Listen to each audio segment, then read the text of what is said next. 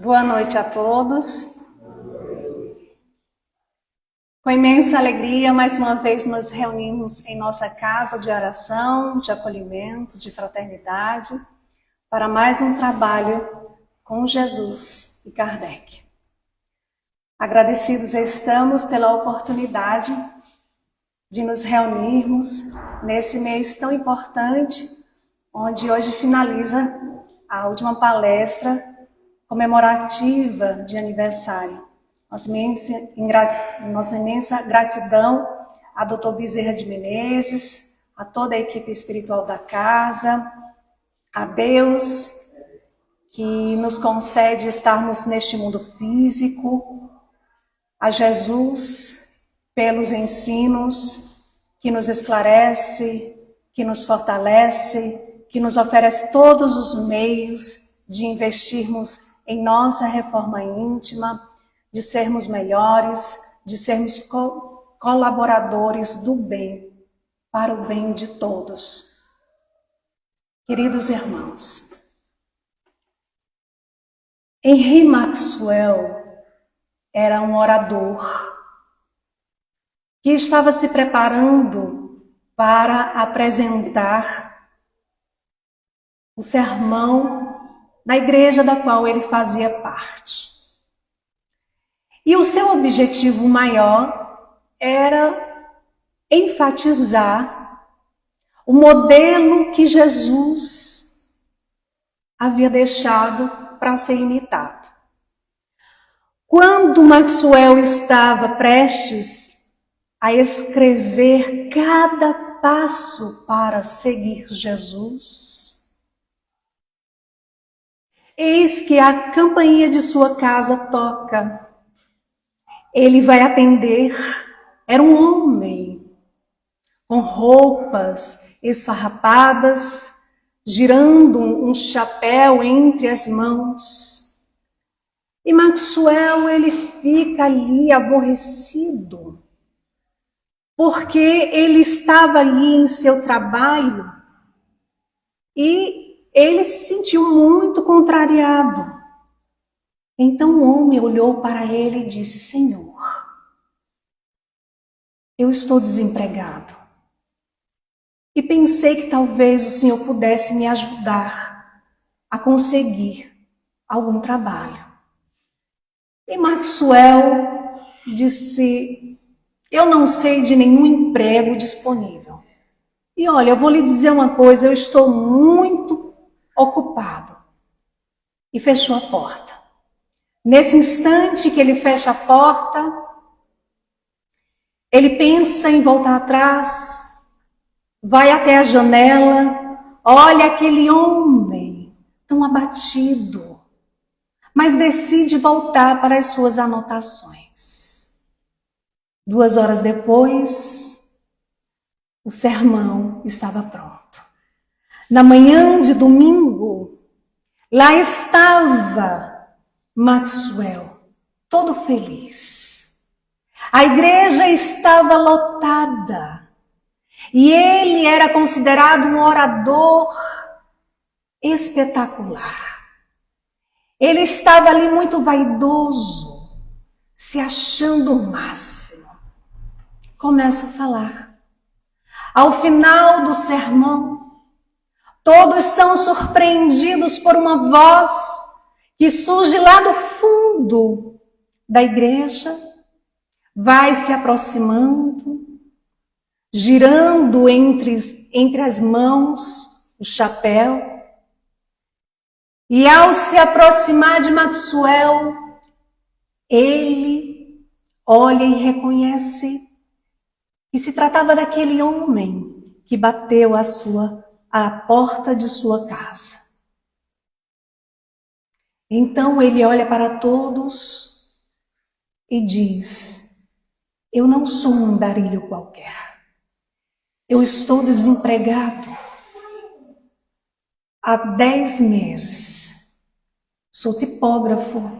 Acontece que essas máquinas acabou tirando o emprego de muitos. E eu não sei fazer outra coisa. Eu não encontro mais nada. nada, nenhum emprego. Nesse momento, Maxwell olha para aquele homem,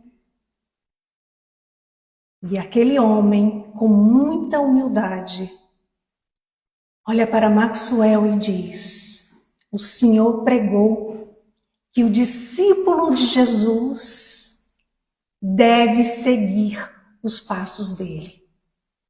Obediência, fé, amor, imitação, mas eu não ouvi nenhuma explicação a respeito desses passos.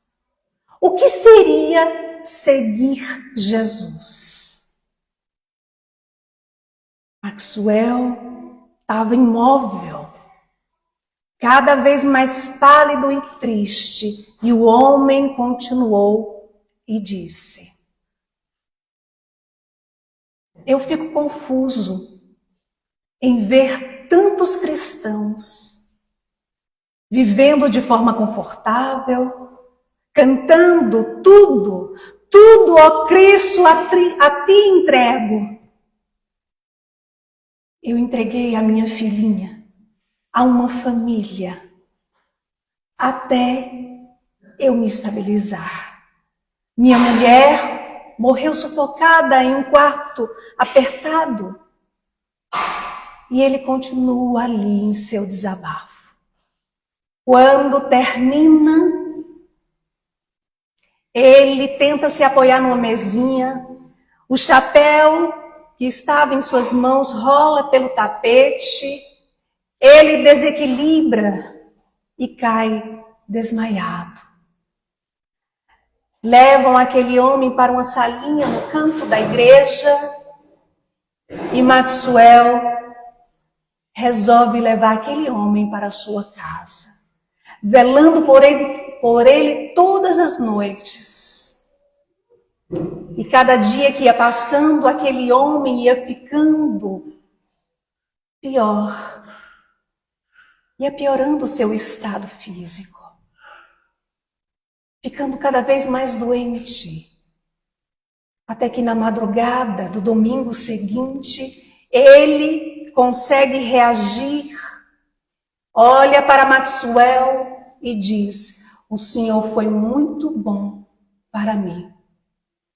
Sinto que é isto o que Jesus faria. E ele olha para o lado e morre. Naquele domingo, Maxwell foi para a igreja muito abatido pelas noites de vigília. Naquele dia, ele pregou de uma maneira muito diferente, sem as suas anotações, sem a sua oratória brilhante. Ao fechar a Bíblia, ele diz: nosso irmão morreu nesta madrugada. E venho me perguntando o que significa seguir os passos de Jesus. Ele dá uma pausa, olha para todos e diz: quero lhes propor um desafio. Quero desafiar vocês no período de um ano, questionar: que faria Jesus? Diante de toda e qualquer situação que for apresentada, diante de qualquer decisão, perguntar: que faria Jesus? Porque o que tenho experimentado desde domingo me fez questionar: o que significa ser cristão? Então, convoco a todos para esse desafio. Durante um ano, perguntar: que faria Jesus? Vocês estão prontos? Essa história está neste pequeno livrinho aqui. Em nossos passos. Que faria Jesus? E é um livro que ele foi publicado nos Estados Unidos no ano de 1896, pelo autor Charles Sheldon. No final dos anos 90, esse livro reacende, volta às vendas. Foi, na época de Charles Sheldon, o segundo livro mais vendido depois da Bíblia. E essa história nos convida a refletir sobre o que significa seguir os passos de Jesus. O que significa estar na caminhada com Jesus. Perguntemos aos nossos corações, com sinceridade, nós espíritas estamos prontos para esse desafio? Em nossos passos, o que faria Jesus? Como ele gostaria que agíssemos diante de toda e qualquer situação que nos é apresentada? Como ele agiria se estivesse no nosso lugar? No livro Palavras de Vida Eterna, capítulo 149, Emmanuel afirma que Jesus não é mestre ausente ou símbolo morto. Ainda e sempre é para nós os que declaramos aceitar-lhe a governança. Jesus é o mentor vigilante e o exemplo vivo.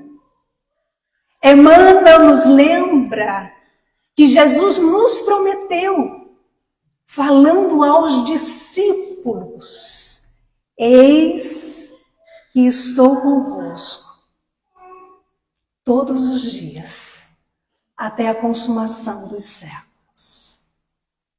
Como é fácil de perceber, afirma Emmanuel, o Senhor está conosco, esperando, porém, que estejamos com Ele. Com essa afirmativa de Emmanuel, nos convidando a refletir sobre em que ponto da caminhada nós já nos encontramos. Ou melhor, já conseguimos dar o primeiro passo para essa caminhada? Se não conseguimos, o que nos falta? Despertar para essa importância de estar na caminhada com Jesus. O que nos falta?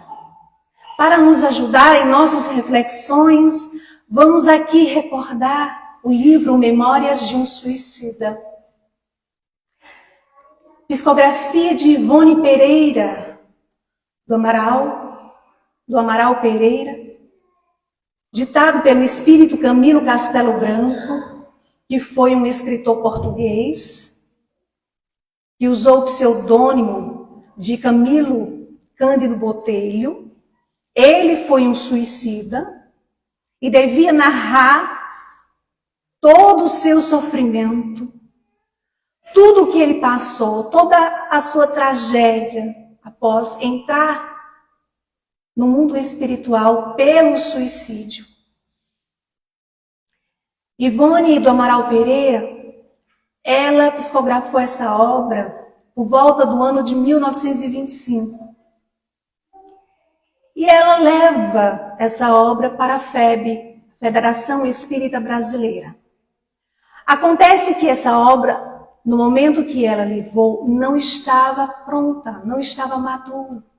E aí ela leva aquelas páginas de volta para casa.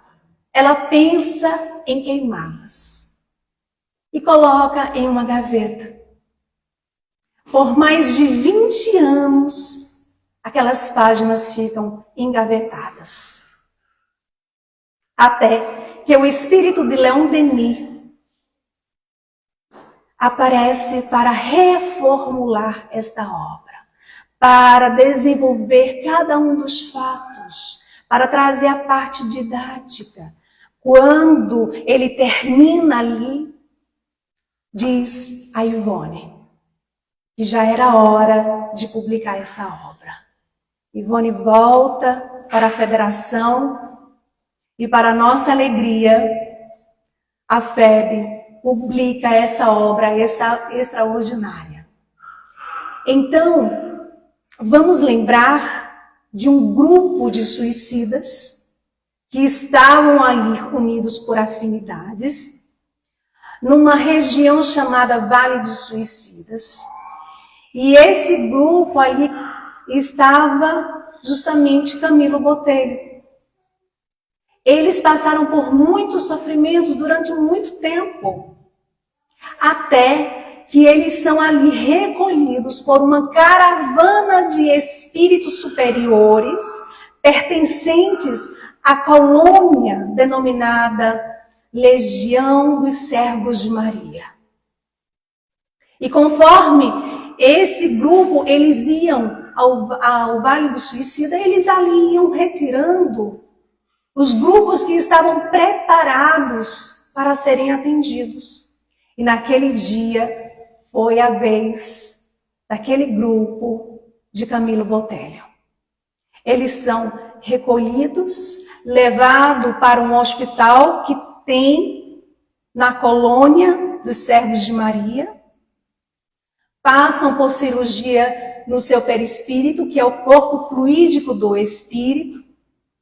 Eles ali tiveram aulas instrutivas, propiciando a cada um uma compreensão melhor sobre o que é a vida, sobre a importância de estarmos neste mundo físico, para que quando eles tivessem uma nova oportunidade de reencarnar, eles não caíssem no mesmo engano. Eles não caíssem ali pelo suicídio. Então, no capítulo 16, intitulada A Mansão da Esperança, vamos ver que aquele grupo recebeu um curso completo. Foram convidados para assistir aulas por um espírito chamado Aníbal de Silas. E quem era Aníbal de Silas? Aníbal, só para termos uma ideia, conviveu com Jesus. Ele foi um daquelas criancinhas que Jesus coloca no colo e ali apresenta aquela lição: deixai vir as minhas criancinhas, porque delas é o reino dos céus. Então, aquele momento marcou tanto para Aníbal que dali em diante ele começa a seguir os passos de Jesus. Ele se torna um servidor do Cristo. Então, no livro Memórias de um Suicida, a história de Aníbal, ela é toda narrada. Porque o curso que eles iriam ter, eles iriam aprender sobre a história de toda a humanidade, de toda a caminhada. Porque Jesus veio à Terra, deixando para toda a humanidade os seus ensinos. Então Aníbal, ele vai ali ministrar os ensinamentos cristãos, exatamente como ele ouviu do próprio Mestre Jesus. Mas, para que eles tivessem uma melhor sintonia com Aníbal, ele começa a narrar sua própria história. Tudo que ele vivenciou, tudo que ele passou desde os tempos de Elias, com quem, aliás, conviveu durante muitas e muitas encarnações, até passar a conviver com Jesus. Acontece que, convivendo com Jesus, seguindo os passos de Jesus, quando Aníbal se torna adulto, ele começa a pregar o Evangelho de Jesus. E aí ele vai para Roma. E ao chegar em Roma, ele é preso e levado para o circo. E lá, Aníbal de Silas morre queimado aos 37 anos de idade. Então, Aníbal de Silas é esse espírito luminoso de elevadíssima condição que Jesus convida para trabalhar com os espíritos suicidas. Por isso, Aníbal estava ali no Hospital Maria de Nazaré, na colônia dos servos de Maria. Jesus olha para Aníbal e diz: vai, Aníbal, e dá dos teus labores a legião de minha mãe. Socorre com meus ensinamentos que tanto prezas. Pensa primeiramente naqueles cujas mentes hão desfalecido sob as penalidades do suicídio. E aí ele diz: entreguei-os de há muito à direção de minha mãe. Porque só a inspiração materna será capaz de ter ali bastante caridade para que eles possam se erguer para Deus. Jesus pede: ensina-lhes a minha palavra. Ergue-os, recordando-lhes os exemplos que deixei. Ele diz: Aníbal, abre-lhes o livro de tuas recordações. Lembra-te de quando me ouvias na Judeia. Ilumina-os com as claridades do Evangelho, pois é somente isso o que lhes falta. Meus irmãos, é somente isso o que nos falta. Iluminarmos com as claridades do Evangelho de Jesus. Nos colocarmos na caminhada com Jesus. Aníbal, depois de narrar toda a sua história, ele começa a transmitir toda a caminhada da humanidade. Então Camilo Botelho, ele ditou. Ivone psicografou. Leon Denis reformulou. Organizou. Desenvolveu a narrativa, deixando claro que Aníbal transmitia os ensinamentos como cenas narradas, todos participando como se estivessem ali, naquelas cenas, assistindo em telas panorâmicas. Aníbal afirma que Jesus, sendo o espírito mais perfeito, a sua mente é a mente mais fecunda, é a mente mais avançada que sequer podemos imaginar. Então esse pensamento, o pensamento de Jesus, ele criava as cenas de quando ele estava na terra pregando. E por isso que Jesus era capaz de manter uma multidão de famintos sem que eles tivessem a necessidade de ingerir alguma coisa. E por isso que Jesus era capaz de manter uma multidão de perseguidos sem que eles sentissem medo, ódio, porque aquelas pessoas ali iam assistindo às cenas criadas pelo Mestre Jesus, entrando na sintonia com ele. Mas Aníbal deixa claro que nem todos conseguiam entrar nessa sintonia com o Mestre. Nem todos captavam. E não captavam porque os pensamentos e sentimentos estavam contrários, estavam conflitivos. Mas aqueles que conseguiam captar, eles estavam plenamente edificados. Eles iam assistindo às cenas criadas pelos pensamentos fecundos e luminosos do Cristo. Aníbal afirma que o Evangelho de Jesus tem origem do próprio pensamento divino. E não tenhamos dúvida que o Evangelho de Jesus é o roteiro mais seguro, mais eficaz para toda a humanidade. Por isso, quando sentirmos aquela aflição em nosso peito, quando sentirmos que ali está doendo, que estamos angustiados, lembremos que Jesus, Ele disse, no mundo tereis aflições. Mas aí Ele nos pede, tende bom ânimo, eu venci o mundo. Como a nos dizer que podemos sim vencer o nosso mundo íntimo, que podemos sim vencer as nossas sombras, vencer as nossas dificuldades, vencer os nossos medos, os nossos receios, os nossos anseios, vencer a nós mesmos, vencer as nossas aflições. Não nos esqueçamos que Jesus também faz um convite ao dizer: vinde a mim todos vós, que estáis aflitos e sobrecarregados, e eu vos aliviarei. Tomai sobre vós o meu jugo e aprendei comigo, que sou brando e humilde de coração, e achareis repouso para a vossa alma. Porque meu jugo é suave e o meu fardo é leve.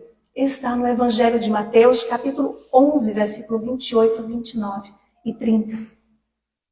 Então Jesus nos convida diariamente, falando aos nossos corações, por vezes ainda tão inquietos.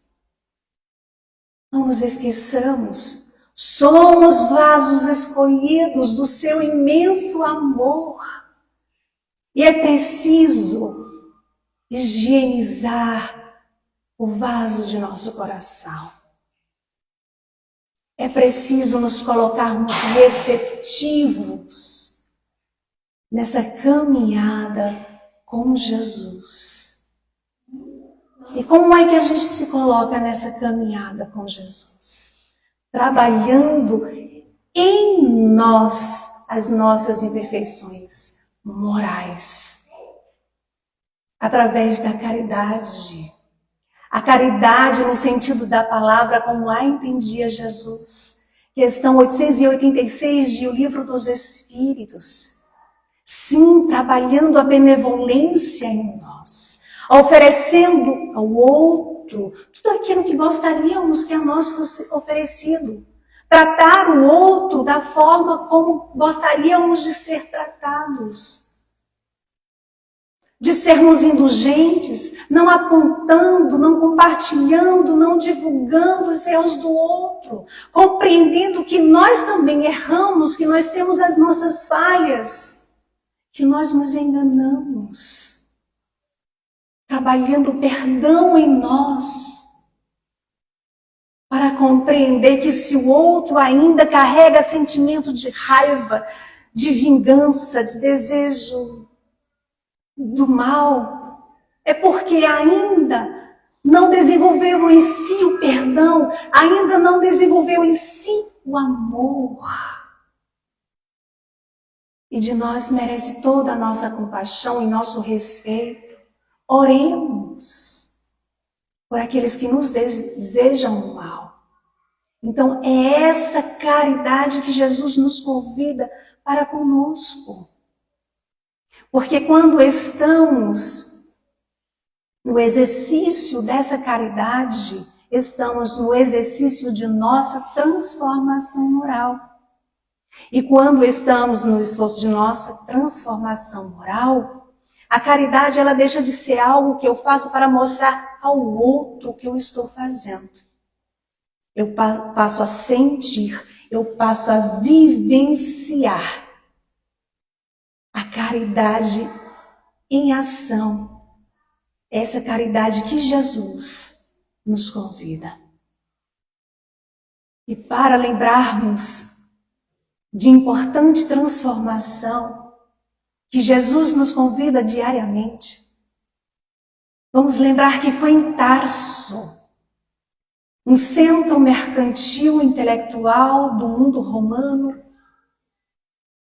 que nasceu entre os anos 5 e 10 da era cristã, uma criança, que no momento de circuncisão recebeu o nome de Saulo. Embora seus pais judeus, eles gozavam ali dos privilégios da cidadania romana. Nos primeiros anos de Saulo, ele começa ali a frequentar a sinagoga, a aprender os textos sagrados. Na adolescência, ele vai para Jerusalém e ali ele se torna discípulo de Gamaliel, o grande Gamaliel, no templo de Salomão, onde iria se preparar para ser um devotado rabino. Acontece que esse devotado rabino, ardoroso, defensor de Moisés, começou a perseguir muitos homens da casa do caminho. E aí ele considerou o seu grande triunfo quando ele manda prender e apedrejar Estevão.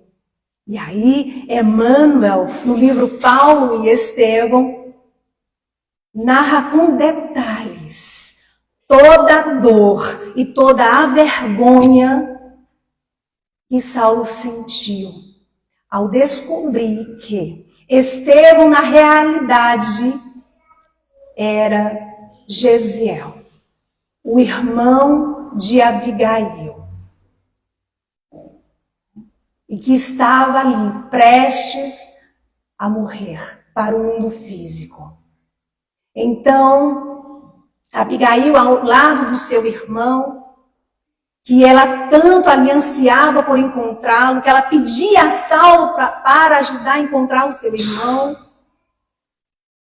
Estevão olha para Abigail e diz: "Oh, minha irmã, com quem te deixarei?"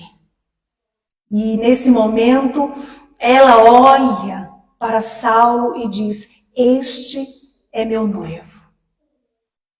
E aí, Estevão dá a maior lição de perdão, de amor, quando ele diz: "Cristo os abençoe.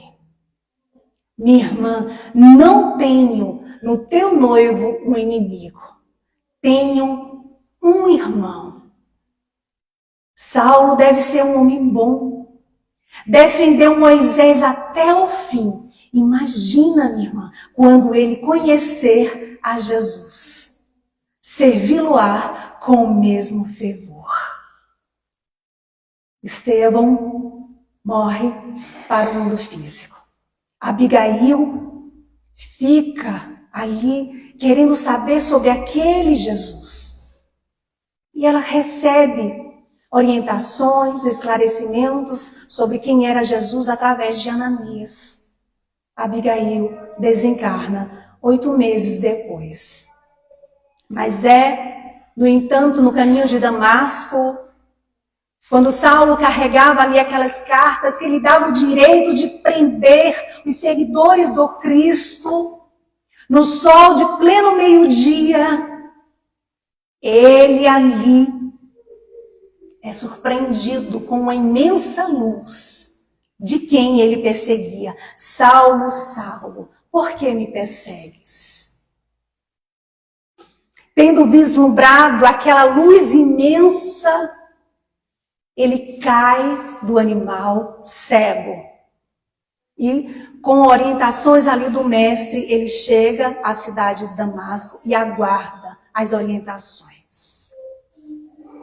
Ananias, do qual Saulo estava indo para Damasco para prendê-lo, em nome de Jesus, Ananias vai ao encontro de Saulo, retira as escamas de seus olhos, as vendas que cobriam os olhos de Saulo, começando para Saulo uma jornada de muito trabalho, começando para Saulo um martírio de muitas dores. Após 3 anos de exílio no deserto de Dan, Saulo retornou para pregar a boa nova. Aquele Jesus que ele tanto perseguia, na pessoa dos seus seguidores, tornou seu Senhor. O que queres que eu faça, Senhor? Pode-se dividir o apostolado em 3 grandes viagens. Na primeira, partindo de Antioquia, com Barnabé e Marcos. Na segunda grande viagem, da companhia de Silas e Timóteo. Detalhe, ele atravessou toda a Ásia Menor a pé. E foi com Lucas que ele chegou à Macedônia. Foi também na primavera do ano 53 que ele sai de Corinto, vai para Jerusalém, Antioquia. Na terceira grande viagem, é quando ele passa 2 anos em Éfeso, depois vai para Macedônia, Corinto e retorna para Jerusalém. E aí, desta vez, em Jerusalém, ele é preso. Ele é preso e remetido a Cesareia. E apelando para César, ele chega em Roma, depois de um naufrágio na ilha de Malta. Estima-se que ele tenha percorrido nada menos que 20.000 quilômetros. Detalhe, a pé. A pé. Saulo, transformado em Paulo, sob a inspiração de Jesus, com a contribuição amorosa de Estevão, escreve as epístolas, as cartas ali cheias de ternura, de esclarecimentos aos irmãos das comunidades. Mais de uma vez, ele foi apedrejado, ele foi açoitado, ele foi maltratado, ele passou fome, ele passou sede, ele passou frio, passou diversas privações. E por amor a Jesus, ele nunca lamentou. Ele nunca lamentou. E ele afirmou carregar no próprio corpo as marcas do Cristo. Decapitado fora dos muros de Roma, por ordem do imperador Nero, no ano 67, Paulo ele adentra ao plano espiritual. Quando o convertido de Damasco morre para o mundo físico e se vê diante de um quadro singular, Jesus à sua frente, Estevão do lado direito de Jesus, a sua amada Abigail ao lado do coração do mestre, e ele, igual criança, procura o olhar de Jesus. E Jesus sorrindo, com muito carinho, com muita indulgência, diz: sim, Paulo, ser feliz. Venha aos meus braços, pois é da vontade de meu Pai que os verdugos e os mártires se reúnam para sempre no meu reino. Quando a terceira revelação, a doutrina dos Espíritos, se apresentou na terra, lá estava ele, Paulo de Tarso, fazendo parte da equipe do Espírito de verdade, deixando ali as suas contribuições, as suas palavras no Evangelho segundo o Espiritismo, capítulo 10, item 15, a respeito do perdão. Também no capítulo 15, item 10, a respeito da fora da caridade não há salvação. Também respondeu a questão 1009 de O Livro dos Espíritos, a respeito da eternidade das penas, junto às dissertações de Santo Agostinho, Lamennais e Platão. Então, tivemos muitos exemplos, e temos muitos exemplos, que são narrados ali por Emmanuel no livro Paulo e Estevão, dessa grande transformação que foi Paulo de Tarso.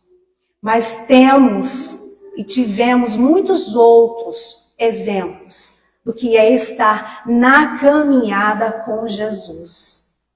E muitos anônimos que estão ali no esforço para estar nesta caminhada, que está nessa caminhada com Jesus, é se perguntar diante de toda e qualquer situação: Senhor, o que queres que eu faça?